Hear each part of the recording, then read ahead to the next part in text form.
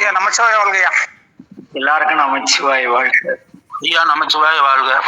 நமச்சிவாய வாழ்க ஐயா. நமச்சிவாய வாழ்க ஐயா. நமச்சிவாய நமச்சிவாய வாழ்க ஐயா. நமச்சிவாய வாழ்க.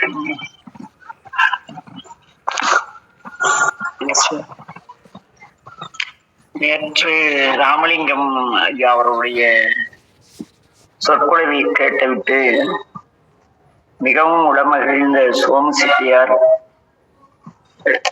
ராமலிங்கம் கிளம்பும் பொழுது, தம்பி சற்று இருங்கள் என்று அவரை நிறுத்தினார். செட்டியாரின் குரல் கேட்டு நின்ற நம்முடைய ராமலிங்கத்துடன் மிக சிறப்பாக ஞானசம்பந்தரை நிறுத்தினீர்கள், அதற்குரிய சன்மானத்தையும் மரியாதையும் பெற்று செல்லுங்கள் என்று கூறி ஒரு பணமுடிப்பையும் பழம் முதமுள்ள வெத்தலைப்பாக்கெல்லாம் வைத்து கொடுக்கிறார்கள். உடனே ராமலிங்கம் பதறி போனார். ஐயா, இது எனக்குரியதன்று. ஞானசம்பந்த பெருமான் இல்லையெனில் சைவம் கிடையாது, திருநீர் கிடையாது, ருத்ராட்சம் கிடையாது, திருமுறைகள் கிடையாது. மிகவும் அரும்பாடுபட்டு சைவத்தை காத்து அவருடைய புகழை பேசுவதற்கும் படம் பெற்றால் என்னை விட கொடுமையாக சைவ சமயத்திற்கு இடர்பாடு செய்தவன் யாரும் இருக்க முடியாது. ஆகவே இதை என்னுடைய தமையனாரிடம் கொடுத்து விடுங்கள், அவர் என்னுடைய குடும்பத்தை பேணுகிறார், அவருக்கு இது தொழில், எனக்கு இது தொழில் அல்ல, கூர்ந்து மன்னிக்க வேண்டும் என்று விடைபெறுகிறார் ராமலிங்கம். அந்த பொருளையும் உங்கள் அன்னாரிடமே நீங்கள் கொடுத்து விடுங்களேன். இல்லை ஐயா, பெரிய புராணத்தை பேசுவதற்கு பணம் பெற்றான் இந்த ராமலிங்கம் என்ற ஒரு சொல் வந்து விடக்கூடாது, அன்பு கூர்ந்து மன்னியுங்கள் என்று கூறி சென்று விடுகிறார். இப்படியே ஒரு வாரம் ஓடுகிறது. ஒரு வாரத்திற்கு பிறகு வெள்ளிக்கிழமை காலை சிற்றுண்டி முடித்துக் கொண்டு மனைவி பார்வதி உடன் வர சபாபதி பிள்ளை வீட்டு திண்ணையிலே அமர்ந்திருக்கின்றார். அப்பொழுது சோமு செட்டியார் சைவ சபையர்களோடு சபாபதி பிள்ளை அவரது வீட்டிற்குள் நுழைகிறார். அவர்களை கண்டதும் முகமழக எதிர்கொண்டு சென்று வரவேற்ற சபாபதி பிள்ளை, வாருங்கள் செட்டியாரே, வாருங்கள், எல்லோருக்கும் வணக்கம், வந்து எல்லோரும் அமருங்கள் என்றார். எல்லோரும் அங்கே விரிக்கப்பட்டிருந்த ஜமக்காலத்தில் அமர்ந்தனர்.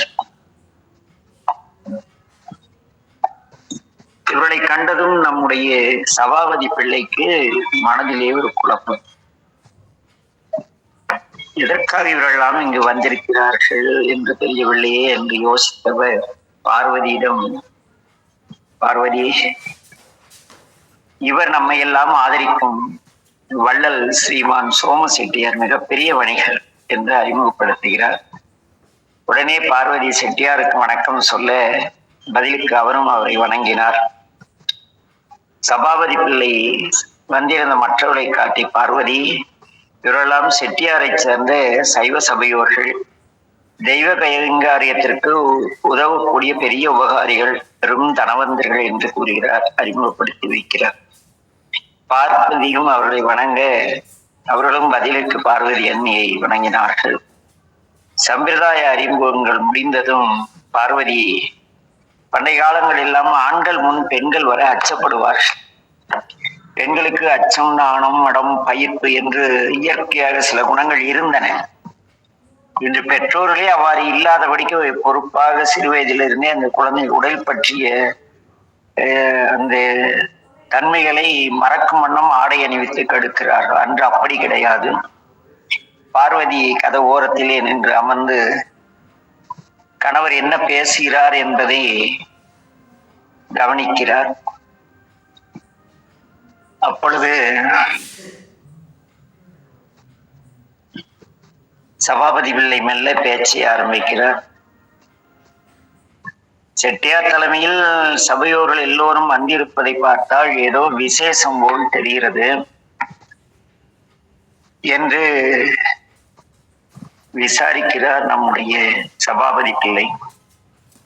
அப்போது சோம செட்டியார், வேறு ஒன்றுமில்லை ஐயா, தங்கள் தம்பி சின்னவர் ராமலிங்கம் சம்பந்தமாகத்தான் பேச வந்தோம் என்கிறார். செட்டியார் மெல்ல இந்த செய்தியை சொன்னதும் சபாபதி பிள்ளை பதறி போனார். ஏனெனில் அவருக்கு தன் தம்பியின் பால் அவ்வளவாக நம்பிக்கை கிடையாது. ஆகவே பதற்றத்தோடு, ஐயா மன்னிக்க வேண்டும், எனக்கு உடம்புக்கு முடியாததான் தம்பி அனுப்ப வேண்டியதாயிற்று, அவனால் ஏதேனும் பூஜைக்கு குறை ஏற்பட்டதோ என்று பதறிய வண்ணம் கேட்கிறார். அதை கேட்ட செட்டியார் நம்முடைய சபாபதி பிள்ளையை பார்த்து, பிள்ளைவாள், ஒரு அற்புதமான ஞான பிள்ளையினாவது மொழிகளை கேட்கக்கூடிய வாய்ப்பினை அல்லவா தாங்கள் எங்களுக்கு ஏற்படுத்தி கொடுத்து விட்டீர்கள் என்கிறார். அதை கேட்டு சபாபதி பிள்ளை, அப்பா, நாம் பதறப்பட்டது போல இந்த ராமலிங்கம் அங்கே எந்த சேட்டையும் செய்து விடவில்லை என்று தெளிந்து, ஆனால் குழப்பத்தோடு, ஐயா செட்டியாரே, தாங்கள் என்ன சொல்கிறீர்கள் என்று கேட்கிறார். உடனே சோம செட்டியார் உற்சாகத்தோடு, சபாபதி பிள்ளை அவர்களே, முற்பிறவியில் பெரிய புண்ணியம் தவமெல்லாம் உங்கள் குடும்பம் பண்ணி செய்திருக்க வேண்டும். அதனால்தான் இத்தனை அபாரமான அறிவுள்ள ஞானமுள்ள ராமலிங்கத்தை தம்பியாக நீங்களும் பெற்றிருக்கிறீர்கள், உங்கள் குடும்பமும் பெற்றிருக்கிறது என்று சொல்கின்றோம் என்றார். சபாபதி பிள்ளைக்கு இன்னும் குழப்பம் தீரவில்லை.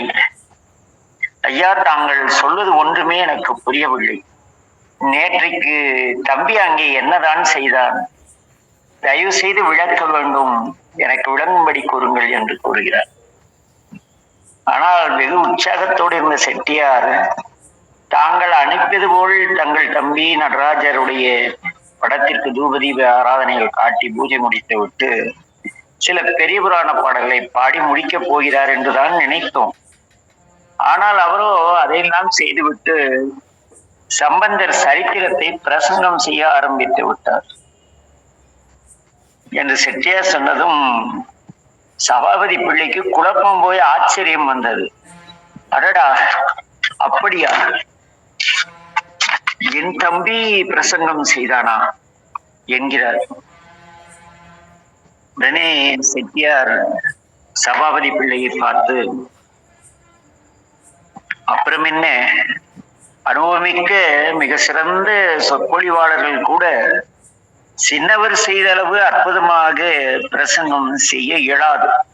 சென்னையிலே நாங்கள் எவ்வளவோ பெரியவர்களின் பிரசங்கங்களை எல்லாம் கேட்டிருக்கின்றோம். ஆனால் நேற்று அவர் சம்பந்தர் சரித்திரத்தில் முன்னுரை மொழிகள் மட்டுமே பிரசங்கித்தார். அதை கேட்ட சபையோர்கள் நாங்கள் எல்லோரும் மெய்மறந்து போனோம். விஷய ஞானம் மிக பெரிது. குரலில் அந்த குலைவு, சொல்வதில் இருந்த தெளிவு, ஆகா ஆகா, யாருக்கு வரும் என்று ராமலிங்கத்தின் பிரசங்க சிறப்பை பொழுந்துரைத்த சோம செட்டியார் உடனே மிக பணிவோடு, பிள்ளைவாள், நாங்கள் ஒன்று கூறுகிறோம், எங்கள் வேண்டுகோளை தங்களிடம் சொல்ல வந்திருக்கிறோம் என்றார்கள். செட்டியார் ஒரு வேண்டுகோள் என்றதும் சபாபதி பிள்ளைக்கு ஏதோ புரிந்ததும் கொஞ்சம் புரியாமலும் இருந்தது. ஆனாலும் அவர் சொல்லுங்கள் செட்டியாரே என்றார். சோம செட்டியார் ஒரு கணம் மௌனம் சாதித்து விட்டு மெல்ல கலைந்த குரலிலே, முதலிலே கேட்டுக்கொள்கிறோம் பிள்ளைவாள், சொல்கிற விஷயத்தை கேட்டு தாங்கள் தயவு செய்து வருத்தப்படாமல் இருக்க வேண்டும் என்கிறார். உடனே சபாபதி பிள்ளை, அப்படியெல்லாம் ஏதும் நிகழாது, சொல்லுங்கள் ஐயா என்பதும் அங்கே சபையோர் சார்பாக சோம செட்டியார் அந்த எதை கூற வந்தாரோ அதை கூறுகிறார் தெளிவான குரலில்.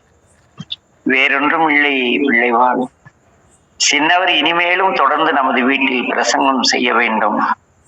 இது எனது தனிப்பட்ட அபிப்பிராயம் மட்டுமல்ல, சபையோர்கள் விருப்பமும் அதுதான்.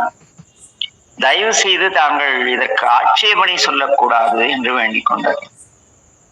இதுவரை பல்வேறு உணர்ச்சிகளுக்கு ஆட்பட்டிருந்த பார்வதி அண்ணியார் செட்டியார் கூறியதை கேட்டு திடுக்கிட்டு போனார். அதே திடுக்கிடல் தான் நம்முடைய சபாபதி அண்ணாவுக்கும் வந்தது. அவர் சிறிது நேரம் மௌனமாக எதையோ யோசித்து விட்டு சற்றே வருத்தம் மீள, அப்படியா சொல்கிறீர்கள் என்று கேட்கிறார். உடனே சோம செட்டியார், எப்போதும் இல்லாவிட்டாலும் திருஞான சம்பந்த சாமிகளின் புராணம் முடியும் வரையிலாவது சின்னவர் பிரசங்கம் செய்துதான் ஆக வேண்டும் என்று கூற, சபாபதி பிள்ளைக்கு வருத்தம் முழுவதுமாக தீரவில்லை. ஏனெனில் தம்பி சிறு பிள்ளை, சான்றோர் நிறைந்த சபையிலே அவன் ஏதேனும் குறையாக பேசினால் அவனுக்கு இந்த கன்னி சொற்பொழிவிலேயே கெட்ட பெயர் வந்து விடுமே என்ற கவலையோடு இருந்தாலும் மனைவியை பார்க்கிறார். பார்வதி இவர்கள் சொல்வதையெல்லாம் கேட்கும் பொழுது என்று இழுக்கிறார். அந்நியாரும் கணவரின் நிலை உணர்ந்து, ஆம் சாமி, தாங்களும் உடல் நலம் சரியில்லாமல் இருக்கின்றீர்கள். தங்கள் உடல்நிலை சரியாகும் வரையில் நம்முடைய தம்பியை பிரசங்கத்துக்கு அனுப்பி வைப்போம். பெரியவர்கள் எல்லாம் இத்தனை தூரம் வந்து கேட்டுக்கொள்ளும் பொழுது நாம் என்ன செய்வது என்று கேட்கிறார்கள். உடனே அங்கு இருந்த சோம செட்டியார் சபாபதி பிள்ளையிடம் கூறுவார், என் அன்பிற்குரிய சபாபதி பிள்ளை அவர்களே, ஒன்றும் வருத்தப்படாதீர்கள். சின்னவர் ராமலிங்கம் குடத்தில் இட்ட விளக்காக இருக்கிறார். இனிமேல் அவர் குன்றில் மேட்ட விளக்காக பிரகாசிக்கப் போகிறார். தாங்கள் சம்மதித்ததற்கு நன்றி. அப்புறம் நேற்று சின்னவரிடம் நாங்கள் சன்மானத்தை கொடுத்த உடவு அதை வாங்க மறுத்து விட்டார். ஏனெனில் ஞானசம்பந்தரின் வரலாறு பேச பணம் பெற்றால் தான் சைவன் இல்லை என்பது போல அவர் பேச்சு சற்று உரைப்பாக இருந்தது. அதில் சற்று சினமும் சொல்ல முடியாத வேதனையும் இருந்தது. ஏனெனில் அவர் குழந்தைதானே, நீங்கள் இதை பெற்றுக்கொள்ள வேண்டும் என்று சன்மானத்தை பிள்ளைவாளிடம் கொடுக்கிறார். அவரும் தம்பியின் மனதுக்கு புண்படுமோ என யோசித்தபடி, உங்கள் விருப்பம் போல் செய்யுங்கள் என்று கூறி எல்லோரும் அந்த சன்மானத்தை அங்கே வைத்துவிட்டு திரும்புகிறார்கள். சோம செட்டியார் சபாபதி பிள்ளையை பார்த்து, நாங்கள் வருகிறோம் என்கிறார்கள். உடனே பிள்ளை, எல்லாம் திருவருடைய சம்மதத்தால் நடக்கிறது, எல்லாம் அவருடைய கருணை, போய் வாருங்கள், தம்பி வருவான் என்கிறார்கள். அதற்கு பிறகு ராமலிங்கம் தினந்தோறும் புராண பிரசங்கத்திற்கு சோம செட்டியார் வீட்டில் செல்கிறார். அவருடைய அந்த சொற்பொழிவின் சிறப்பை கேட்டு எல்லோரும் புகழ்ந்த வண்ணம் இருக்கிறார்கள். எல்லோரும் புகழ்வதை வந்து, அது மட்டுமல்ல, நம்முடைய சபாபதி பிள்ளையிடம் வந்து, உங்கள் தம்பியை போல பிரசங்கம் செய்ய மறுபிறவி எடுத்திருக்க வேண்டும். அந்த ஞான சம்பந்தனே மறுபிறவை எடுத்திருந்தால் மட்டுமே சாத்தியம். அப்படி அந்த உயிரோட்டமாக அவ்வளவு சிறப்பாக அவர் புராணம் விவரிக்கிறார் என்று கூறியதும் சபாபதி பிள்ளைக்கு திடீரென்று ஒரு எண்ணம் உண்டாயிற்று. பார்வதியை பார்த்து, பார்வதி, இந்த ஊரே புகழும் வண்ணம் நம் தம்பி அங்கே ஏதோ செய்து கொண்டிருக்கிறது திருவருள் தம்பியின் மூலமாக. இன்று நாமும் சென்று அந்த பிரசங்கத்தை கேட்போம், வருகிறாயா என்று கேட்க அந்நியாரும் மணமகிழ்ந்து போனார்கள். ராமலிங்கம் பிரசங்கத்திற்கு சென்று கொஞ்சம் சிறிது நேரத்திற்கு பிறகு சபாபதி பிள்ளையும் பார்வதி அன்னையாரும் சோம செட்டியார் வீட்டுக்கு வந்த பொழுது அங்கே பூஜை முடிந்து கூடத்தில் ஜமுக்காலத்திலே சைவ சமய சபையோர்கள் வீற்றிருக்க மேடையின் நடுவில் கம்பளத்தில் ராமலிங்கமும் சற்று தள்ளி சோம செட்டியாரும் அமர்ந்திருந்தார். சபாபதி பிள்ளை தன்னை யாரும் அடையாளம் கண்டுகொள்ளாதிருக்க சற்று முக்காடித்து முகத்தை நன்றாக மறைத்த வண்ணம் ஒரு கூடத்தில் ஒரு தூண் ஓரமாக சென்று கணவனும் மனைவியும் அமர்கிறார். அமர்ந்து அமைதியாக தம்பியை கவனிக்கிறார்கள். ராமலிங்கம் வழக்கம் போல உலகளாம் உணர்ந்துவதற்கரியவன் பாடி எல்லோருக்கும் மக்களுக்கும் சபையோருக்கு வணக்கம் சொல்லி பிரசங்கத்தை தொடங்குகிறார். ஆன்மநேய அன்பர்களே, இன்று நாம் காணப்போவது ஒரு அற்புதமான நிகழ்வு. திருநாவுக்கரசடிகள் திருவாரூரின் பெருமைகளை கூற கேட்டு பாலராவாயராகினும் சம்பந்தர் அப்பொழுதே புற்றிடம் கொண்ட பெருமான் ஆகிய தியாகேச பெருமானை போற்றி பாட வேண்டும் என்று விரும்புகிறார். விரும்பிய வண்ணம் பொன் உலகம் போல் ஒளி செய்யும் திருவாரூரை காண சென்று அந்நகரை காண்கின்றார். ஞானசம்பந்த பெருமான் கண்ட திருவாரூர் நகர சிறப்பை சேக்கிழார் பெரிய புராணத்தில் மிக அற்புதமாக பாடுகின்றார். அப்பாடல்களை காணும் திருவாரூர் நகர சிறப்பை ஒருவாறு நான் எடுத்துரைத்தால் பாடும் பொழுது சபையோர்களுக்கு நன்கு விளங்குவதாகவும் இருக்கும். அந்த வரிகளிலே கலந்து இறைவனை பார்ப்பதற்கிடையாக இருக்கும் என்று சொல்லி பேச்சை நிறுத்தி ராமலிங்கம் சபையோர் கருத்தறிய அப்படியே எல்லோர் முகத்தையும் பார்க்கிறார். எல்லோரும் சம்மதம் கூறுவது போல அமைதியாக இருந்தார்கள். சோமு செட்டியார் அதுவும் நன்று ராமலிங்கம், அப்படியே சொல்லுங்கள் சுவாமி என்கிறார். அனைத்தையும் பார்த்து கொண்டும் தம்பியின் பிரசங்கம் சொன்ன விதத்தை கேட்டுக்கொண்டிருந்த சபாபதி பிள்ளைக்கு எல்லாமே ஆச்சரியமாக இருந்தது. இதையெல்லாம் இவன் எங்கு கற்றான், எப்படி கற்றான், இவன் பள்ளிக்கே சென்றதில்லையே என்று ஒரு புறம் மனதிலே ஆச்சரியம், ஒரு புறம் கண்ணீர். அமைதியாக தனக்கு வந்த விம்மலை அடக்கி கொண்டு தம்பி கூறுவதை கேட்கிறார். பிரசங்கத்தை கேட்க ஆரம்பிக்கிறார் சபாபதி பிள்ளை. ராமலிங்கம் நல்லது என்றவன் தன் முறையை தொடர்கிறார். திருவாரூரின் நகரச் சிறப்பை இனி எடுத்துரைப்பேன். கடல் சூழ்ந்த உலகத்தில் உள்ள எல்லா தேசங்களிலும் சிறப்புடையதாய் காவிரி என்னும் தெய்வத்தன்னுடைய நதியினால் எந்த காலத்திலும் குறைவுபடாத நீர்வளப்பமுடையதாய் வாழைச்சோலை, பலாச்சோலை, மாஞ்சோலை, தென்னஞ்சோலை, கமுகம் சோலை, கருப்பஞ்சோலை முதலிய பயனுள்ள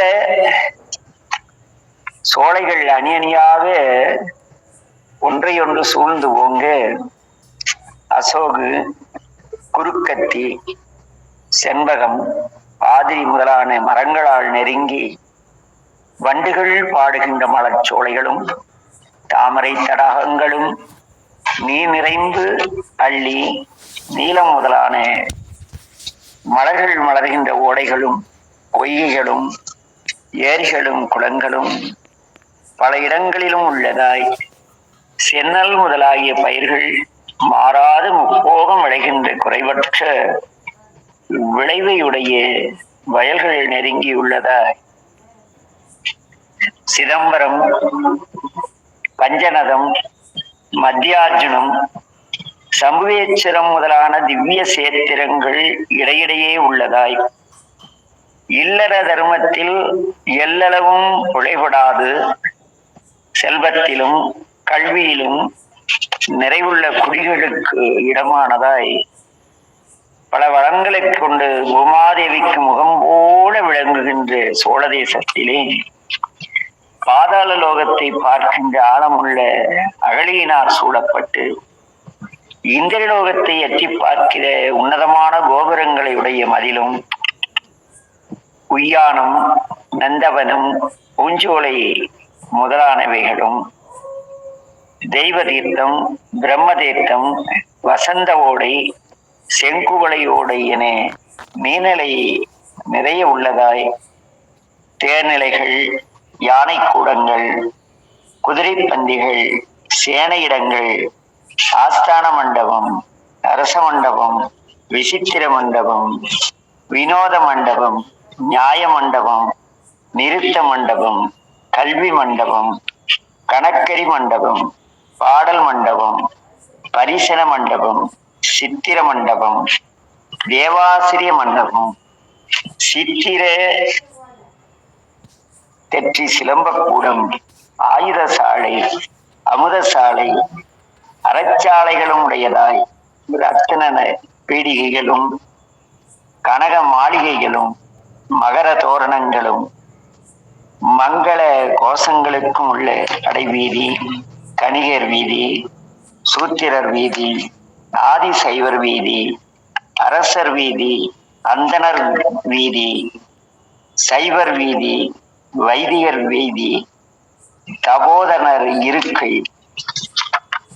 சைவ முனிவர் மடம், உட்சமயத்தார் உரையுள் முதலான பல வகையான வளப்பமுடையதாய் தியாகராஜ பெருமான் எழுந்தருளியுள்ள கபலாலயம் என்னும் திருக்கோயிலை உள்ளே உடையதாய் சோழராஜர்கள் பரம்பரையாக அரசாட்சி செய்வதற்குரிய ராஜதானியாய் நிலமகள் திருமுகத்திலிட்ட திலகம் போல் விளங்குகின்றது திருவாரூர். இந்த திருவாரூர் நகரத்தில் முத்துச்சிவையில் வந்திறங்கிய திருஞான சம்பந்தர் மலதூவி திருவாரூரை வணங்கினார் என்று சேக்கிழாரடிகள் மிக சிறப்பாக இந்த சம்பவத்தை பாடுகிறார் என்று கூறி முடித்து ராமலிங்கம் திருஞான சம்பந்த சுவாமிகள் புராணத்தில் உள்ள அந்த காட்சி பாடலை பாடத் தொடங்குகிறார். பொங்கிய சிந்தை விருப்பின் வெள்ளம் பொழிந்து பொழிமேற் பொழிவதென்ன, பொங்கிய சிந்தை விருப்பின் வெள்ளம் பொழிந்து புவிமேற் பொழிவதென்ன, எங்கும் குவிருளி வீசுமுத்தின் இளங்கு சிவிகை இழிந்தருளி, செங்கை நிறைமலர் கொண்டு தூவி திருவுருக்குறள் பாடியேத்தி, தங்கள் பிரான் அரசாளும் ஆரூடனே பணிகுற்றார் தமிழ் விரகர் என்று பாடி முடிக்கிறார். ஒரு புண்ணிய தலங்களுக்கு செல்லும் பொழுது நாம் எவ்வாறு வழிபாடு செய்ய வேண்டும் என்பது இங்கே பேசப்படுகிறது. பல்லக்கில் இருந்து இறங்கியவுடன் அந்த திருவாரூர் மண்ணிற்கு மலரிட்டு வணங்கி மகிழ்கிறாராம் நம்முடைய தமிழ் விரகராகிய ஞான சம்பந்தர் என்று பாடி முடித்த ராமலிங்கம் சபையோர்களை பார்த்து, இத்துடன் இன்று நிறைவு செய்வேன். நாளை சேக்கிழார் பெருமானின் திருவாக்கினாலே திருவாரூர் சிறப்பை பாடி மேலும் விளக்குவேன். திருவருட் சம்பந்தம் இதுவாக இருக்கட்டும். இப்போது விடைபெறுகிறேன். தங்கள் அனைவருக்கும் என்னுடைய வணக்கங்கள். நமச்சிவாய வாழ்க, எல்லா உயிர்களும் இன்புற்று வாழ்க என்று வாழ்த்தி உரையை முடிக்கிறார் நம்முடைய ராமலிங்கம்.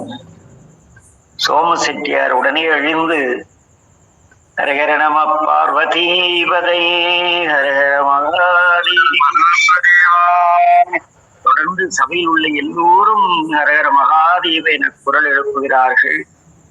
ராமலிங்கமும் சோம செட்டியாரும் மேடை விட்டு இறங்கி வருகிறார்கள்.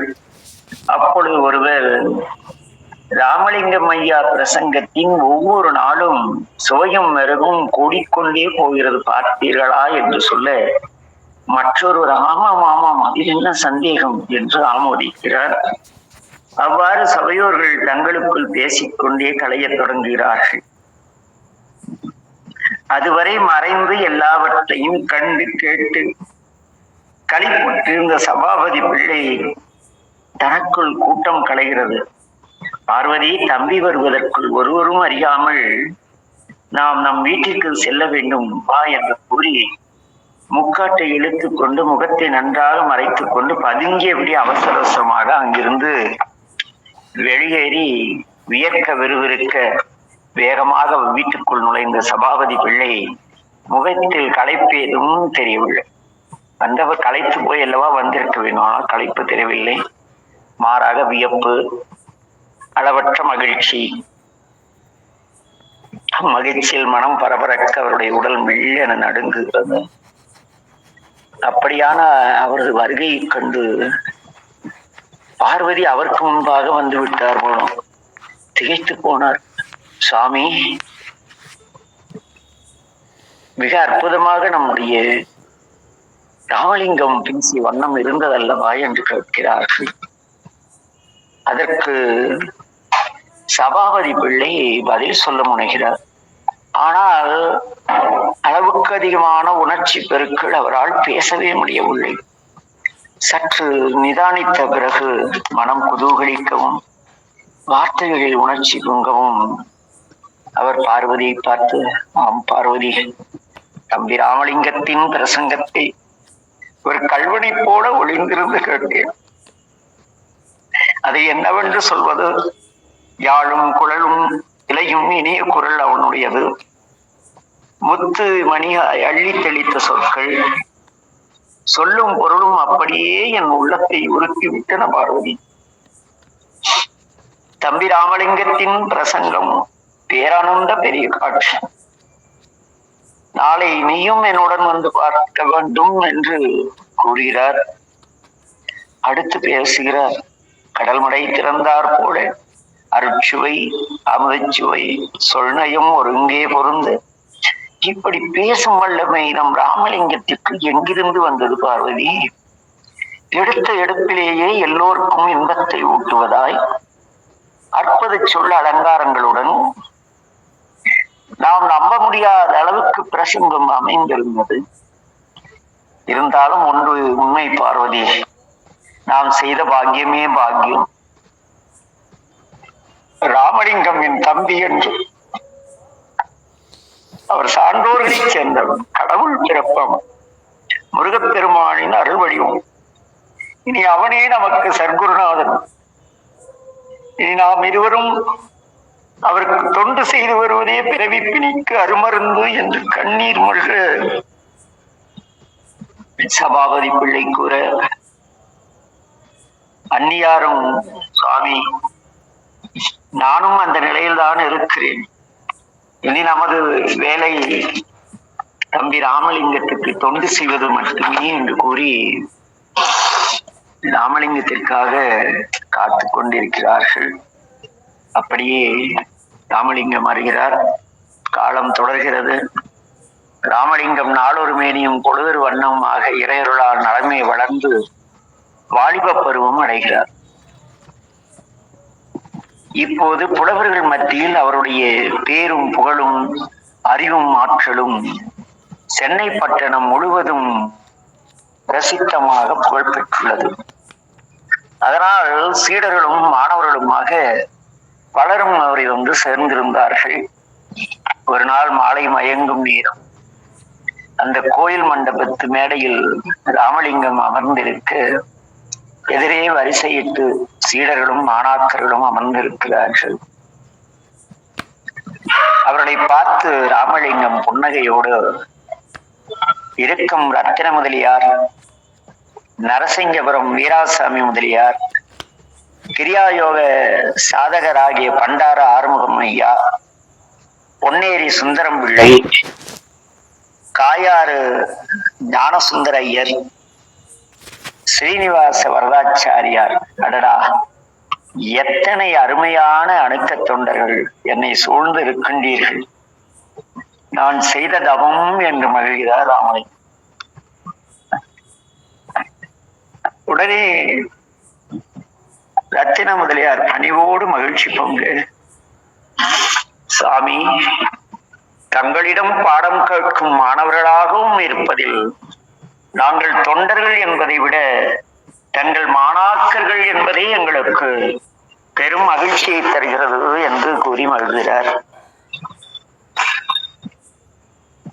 அதற்கு நம்முடைய ராமலிங்கம் புராண பிரசங்கம், திருக்கோயில் வழிபாடு, தெய்வ பணவல்கள் பாடுவது என்று போய்கொண்டிருந்த என் வழியில் இறையருளால் தங்களை போன்ற தொண்டர்களின் நட்பும் கிடைத்தது என்று கூறுகிறார்கள். அப்பொழுது வீராசாமி முதலியார் விழுந்து குரல் அழுதலுக்கு, ஐயா, தங்களுக்கு சீடராகும் நிலைக்கு எங்களை உயர்த்தி வைத்துள்ளது தெய்வ சங்கல்பம் மட்டும் இல்லை சாமி, தங்களின் கருணையும் சேர்ந்துதான். நாங்கள் பெரும் தவம் செய்தோம் என்று கூறுகிறார்கள். மற்றவர்கள் உடனே ஆமாம் சுவாமி, அதுவே உண்மை என்கிறார்கள். ராமலிங்கம் சற்றும் ஆர்ப்பாட்டம் இல்லாமல் வழக்கம் போல் அமைதியாக, திருவருள் சம்மதம் இதுவாயின் அது மட்டும் நடக்கும், இதில் நம் செயல் ஏது என்று கூறி அவர்கள் கருத்தை ஏற்றுக்கொள்கிறார். இப்படி உரையாடல் நிகழ்ந்து கொண்டிருக்கும் பொழுது ராமலிங்கத்தை விட இளையவரான ஒருவர் அவரிடம் வந்து, ஐயா வணக்கம் என்று வணங்கி நிற்கிறார். அவரை பார்த்த ராமலிங்கம், வாருங்கள் தம்பி, தாங்கள் யார் என்று கேட்கிறார்.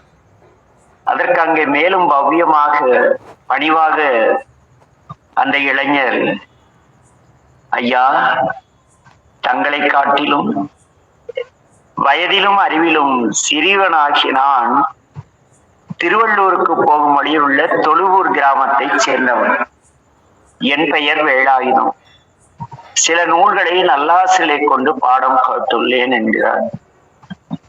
அப்பொழுது ராமலிங்கம், அப்படியா, நல்லது, இப்பொழுது தாங்கள் என்னிடம் வந்த நோக்கம் என்ன என்று கேட்கிறார். அதற்கு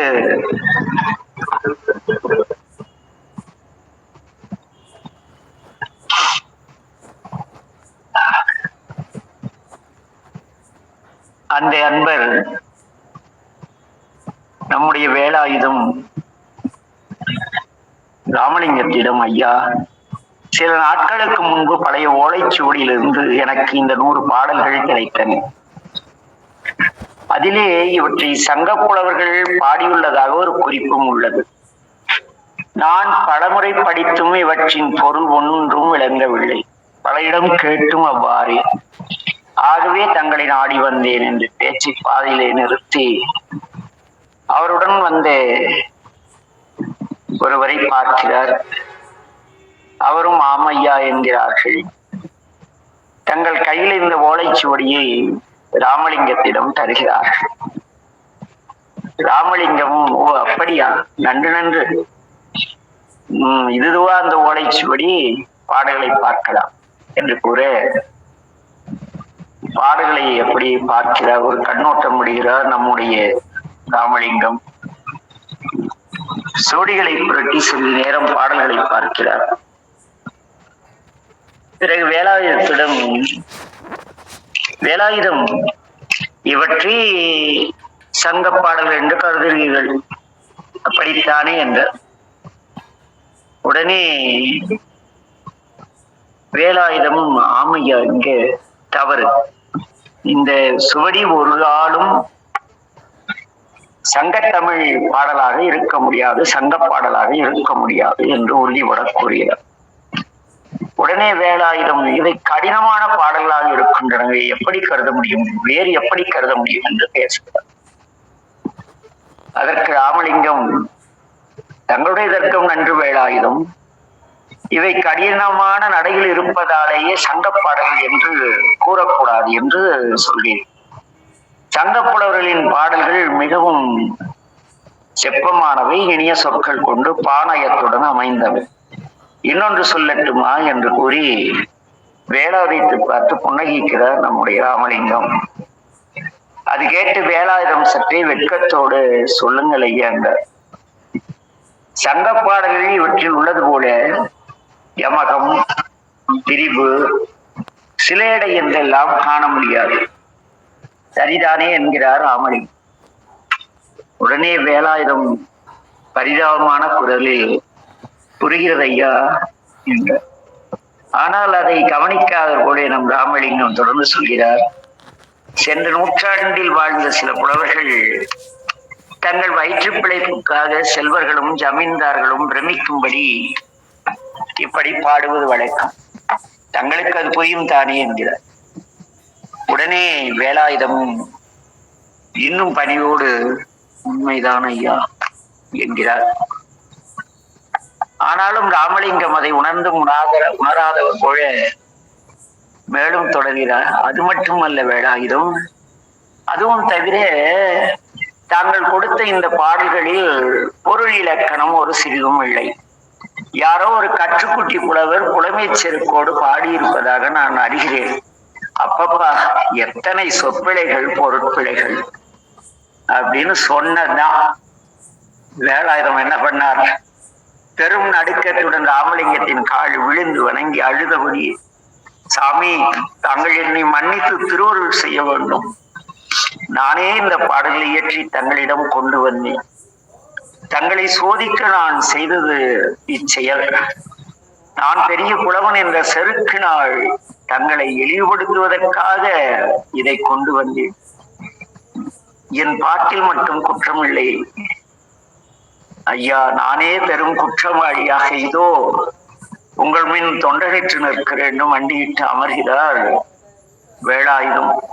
பெருமானி, சுவாமி, ஞானக்கடலாகிய தங்களை இச்சிறு மூடன் அறிவிழந்து பரிசோதிக்க முற்பட்டேன். எத்தனை பெரிய பாவத்தை செய்துவிட்டேன் நான். இதற்கு ஒரே ஒரு கழுவாய்தான் உள்ளது. காலமெல்லாம் தங்கள் சேவடி பற்றி கொண்டு தொண்டு செய்வதுதான் என் பிழைப்பு. சுவாமி, ஆணவத்தால் நான் செய்த இந்த பெரும் விலையை பொறுத்து தாங்கள் என்னை ஏற்றல வேண்டும் பெருமானே என்று கதறுகிறார் வேலாயுதம். இரக்கமே உருவான ராமலிங்கம் மனம் தாழாமல் வேலாயுதத்தை பரிவோடு தூக்கி நிறுத்தி, அன்புங்கள் தம்பி வேலாயுதம், விளை வந்த போதே நீர் என்னால் பொறுத்தருளப்பட்டார். நீர் இனி என் பிள்ளை, புதியவர் அல்ல. எனக்கே ஆட்பட்டு தொண்டு புரிய வந்த பழைய பிள்ளை. ஜென்ம ஜென்மாந்திர வினைப்பையன் உன்னையும் என்னையும் இணைத்தது. பிரித்திருந்த வினைப்பையன் இன்று கூடியது. ஆகவே நீ அதை பற்றி கவலைப்படாதே. நீரே நம் மாணாக்கர் குழுவின் தலைவர் என்று கூறி அருள்கிறார் நம்முடைய ராமலிங்கம். குருவின் கருணை மொழி கேட்டு வேலாயுதம் ஆனந்த கண்ணீர் பருக இருகரம் கூப்பி, ஐயனே, என்னை ஆண்டு கொண்ட பெருமானி, இப்பேற்றை என்னென்றுரைப்பேன். நான் தங்களின் திருவடிக்கே ஆளானேன் பெருமானே என்று அவருடைய திருவடியை பற்றி கொள்ள செல்கிறார். அதை தடுத்த ராமலிங்கம், திருவடி என்ற தாங்கள் என்னுடைய பாதங்களை விழுவது தவறு. திருவடி என்பது இறை திருவராக அருளாகிய நடராஜ பெருமானுக்குமே மட்டும் பொருந்தக்கூடிய ஒரு வார்த்தை. அந்த வார்த்தை என் போன்ற சாமானியர் நீ கூறி என் பாதத்தை வணங்கக்கூடாது வேலாயுதம், இது என்னுடைய கட்டளை என்கிறார். உடனே அங்கிருந்தவர்கள் எல்லாம் பரவசப்பட்டு போனார்கள். இப்போது ஒரு எளிமையான குருவா என்று ராமலிங்கம் மேலும் கருணையோடு நோக்கி, கந்தவேள் கருணையினால் தொழுவூர் வேலாயுதம் வாழ்க, சீர்வர வாழ்க, உபய கலாநிதி பெரும்புலவராக வாழ்க என்று வேலாயுதத்தை ஆசீர்வதிக்கிறார். அப்போது அங்கிருந்த மற்றவர்கள் மகிழ்ச்சி பெருக்கோடு, வாழ்க தொழுவூர் வேலாயுதம், வாழ்க உபய கலாநிதி பெரும்புலவர் வாழ்க வாழ்க என்று வாழ்த்துரைக்கிறார்கள். வாழ்த்தொளி மண்டப சுவர்களில் மோதி எதிரொலிக்கிறது. எல்லோரும் அமைதியாக அவருடைய இடம் நோக்கி கலைந்து சென்றனர். நாமும் திருவருளால் இன்றைய வகுப்பை நிறைவு செய்து நம்முடைய கடமைகளை நோக்கி செல்வோம். நமச்சிவாய வாழ்க. எல்லா உயிர்களும் இன்புற்று வாழ்க. திருச்சிற்றம்பலம்.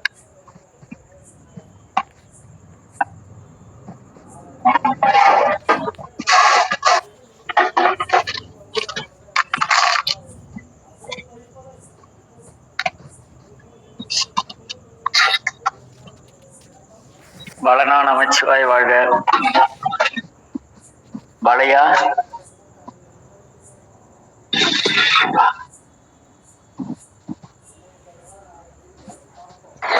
நமச்சிவாய வாழ்க ஐயா. நமச்சிவாய வாழ்க. எங்க 2-3 நாளா காணும்? நேர்ல கேட்க முடியாத ஒரு பாக்கியத்தை வந்து ஓக்கிட்டீங்க. அத்த மண்டபம் அந்த மண்டபம் இந்த மண்டபம் சொல்ற போதேவன் எப்படி ஒரு ஒரு அப்படியே அருவி கொட்டின மாதிரி கொட்டுதுங்கிறது உண்மையிலே இது எங்களுடைய பாக்கியம். இதை கேட்க வந்து இறைவன் திருவருள் கூட்டியிருப்பது எங்களோட பாக்கியம் ஐயா. அத்தனை மண்டபம் இருக்கிறதுனாலதான் அது திரு ஆர்ந்து இருக்கிற இடம். நாளை கைலாஸ் நம்ம ஊருக்கு வராறாங்கயா.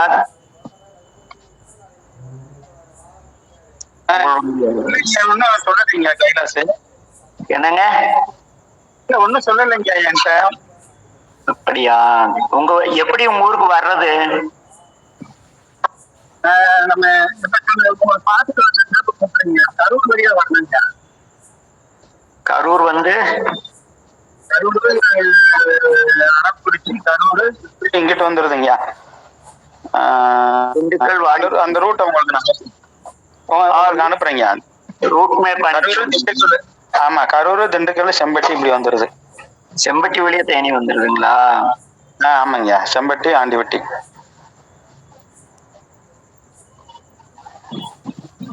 ஐயா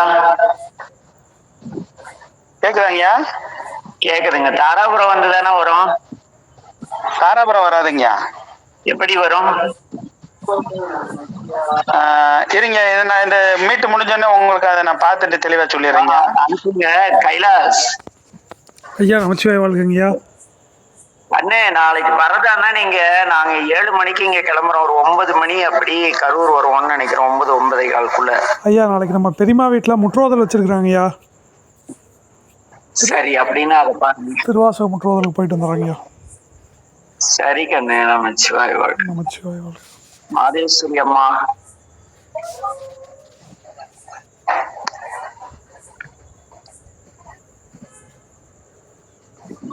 தெய்வய்யா, நமச்சிவாய வாழ்க.